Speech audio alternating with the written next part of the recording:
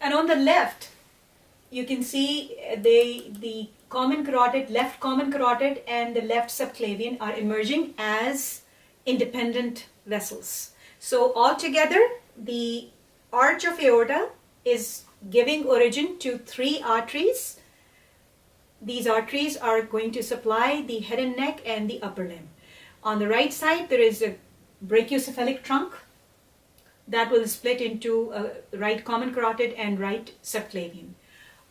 Then there is a left common carotid and a left subclavian, right? So you just have to remember that these are the vessels which emerge behind the manubrium sterni, and then they run, like they climb up to the neck and will run within the column of the neck, and the other one will go below the clavicle and will enter the upper limb. Now, before moving on to the coverings of the heart, I want you to understand that this is a model. It doesn't show us the actual details, but you have to remember that the walls of the ventricles, because the ventricles are the pumping chambers, they are the distributing chambers. So the walls of the ventricles are lined with a thick muscle. And that muscle, in case of heart, is known as the cardiac muscle. It's a specialized muscle. It's a specialized involuntary muscle that is not under our control. It's different from the skeletal muscles, right? So the ventricular walls are richly lined with myocardium, or the cardiac muscle, as compared to the atrial walls. The atria, because they are comparatively silent chambers, they are for the receiving of the blood, and they hardly pump any blood towards the ventricles. It's mainly there is a, towards the gravity, the blood will flow at the end of at the beginning of the diastole phase. So the atria don't have to work too hard.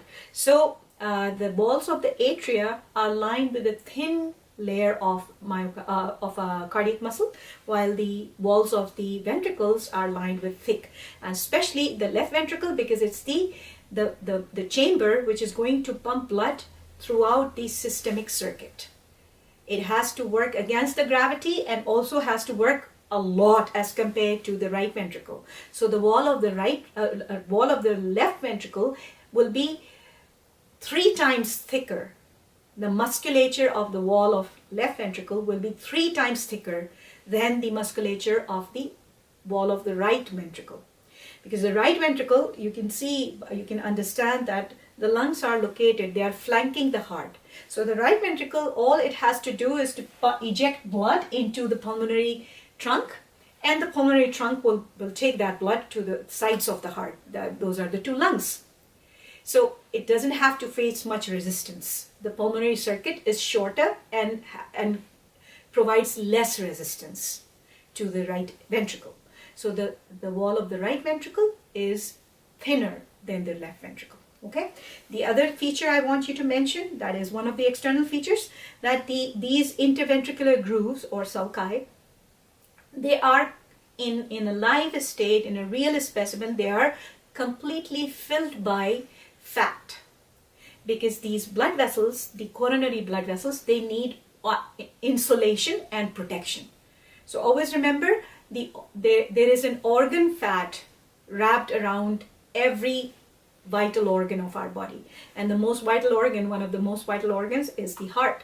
So the outer surface of the ventricles of the heart has been, especially the interventricular grooves, are filled by the organ fat for the stability, insulation, and protection of these coronary vessels. Okay?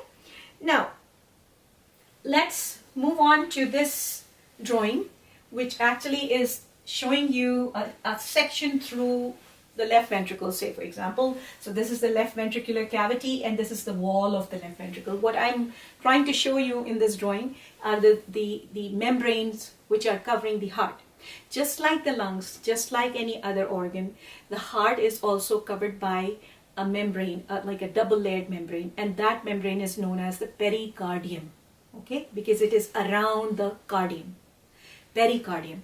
So the pericardium has an inner layer and an outer layer, and in between these two layers will be a potential slit-like space that will be filled with like a jelly-like fluid, or not jelly, a slippery fluid that is known as the pericardial fluid, and that space is known as the pericardial cavity, okay, or pericardial space. Now have a look.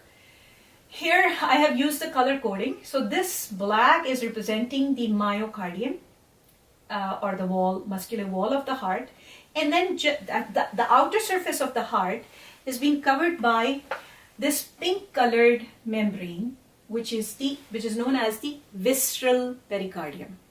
It is directly applied upon the outer surface of the heart, okay, visceral pericardium, and it is inseparable.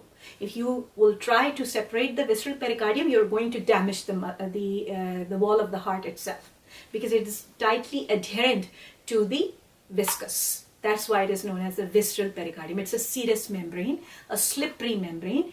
It's known as the visceral pericardium. Then there is a green colored membrane. That's a reflection of the visceral pericardium, reflects because it's double layered. The outer layer is known as the parietal pericardium, with parietal meaning closer to the body wall. Visceral means closer to the organ or viscus. So the parietal pericardium and the visceral pericardium are holding a potential space which is like a slit, a thin slit in normal circumstances, and that space has been filled by a serous fluid which is for lubrication, and it provides a friction-free movement. It enables the heart to contract and relax in a friction-free environment. So this fluid acts like a cushion, okay? So the pericardial cavity or pericardial space. Then what about this blue thing? So if you notice what I have done, I have drawn this blue layer completely, attached to this green layer. So this is fibrous pericardium. So the fibrous pericardium, actually it's made out of, it's not a membrane. Its outer surface is been formed by coarse collagen fibers, like coarse connective tissue, which is hard and like instretchable. Okay, so this fibrous pericardium provides the true protection to the heart. Okay, the inner lining of the fibrous pericardium is it's actually the parietal pericardium. The outer layer of the outer surface of the tissue is known as the fibrous surface or fibrous layer. The inner layer is serous, and it's making the parietal pericardium. So I hope that you have understood that the parietal pericardium is the inner surface of the fibrous pericardium, and then it reflects upon the surface of the heart and makes the visceral pericardium. Okay, the function of the fibrous pericardium, here you can see it's anchoring the heart to the central tendon of the diaphragm, because the central tendon of the diaphragm is also made up of fibrous or connective tissue, dense, inelastic connective tissue, which moves with every inspiration, like inhalation and exhalation, inhalation and exhalation. So the heart is slightly going down, not 100%, but up to 20%. It just goes down and then comes out. Okay, so the fibrous pericardium is anchoring the heart in place. So there are two structures which are responsible for the anchorage of the heart.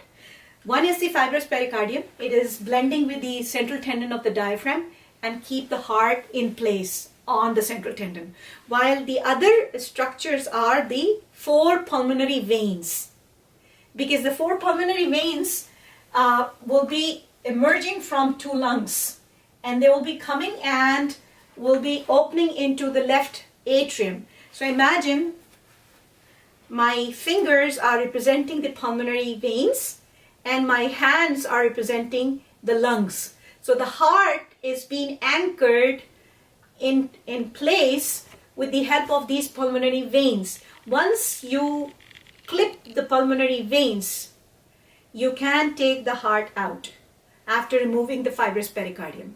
Otherwise, the heart is in place, and that explains every time, even if I'm somersaulting, my heart is not going to flip with my somersault. The reason is it's been anchored with the help of the pulmonary veins at the back and with the help of the fibrous pericardium below. Okay? So these are the things which you have to understand. And then I'm going to show you the internal features or the cavities of the heart, right?